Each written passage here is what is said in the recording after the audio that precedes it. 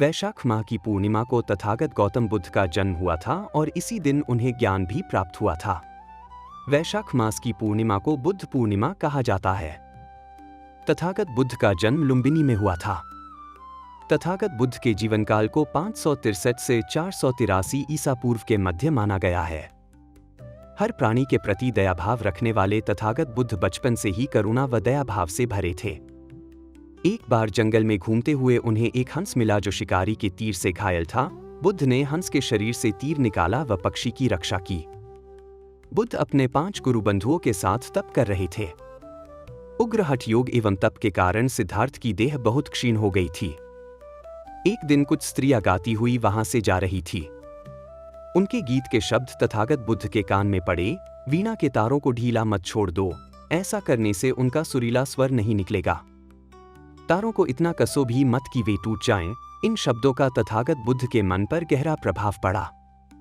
उन्होंने मान लिया कि आहार विहार द्वारा ही योग सिद्धि हो सकती है। किसी लक्ष्य की प्राप्ति हेतु सर्वस्व त्यागने की बजाय मध्य मार्ग ही उपयुक्त है।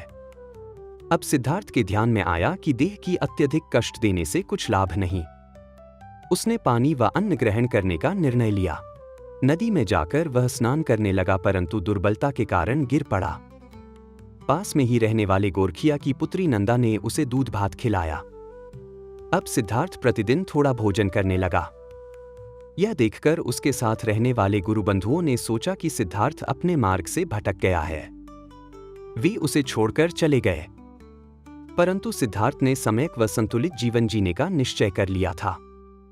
तथागत बुद्ध ने जो मध्य मार्ग अपनाया वह नया या भिन्न नहीं है, बल्कि भारतीय तत्व दर्शन का ही स्वरूप है।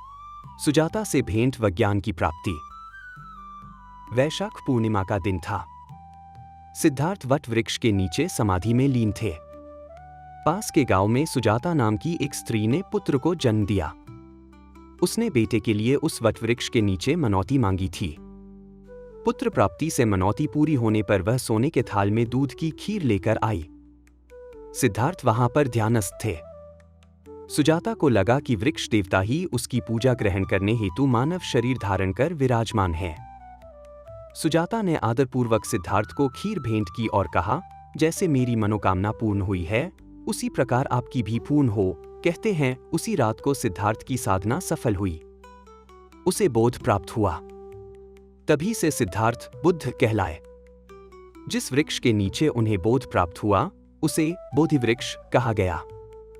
तब तथागत बुद्ध 35 वर्ष के थे।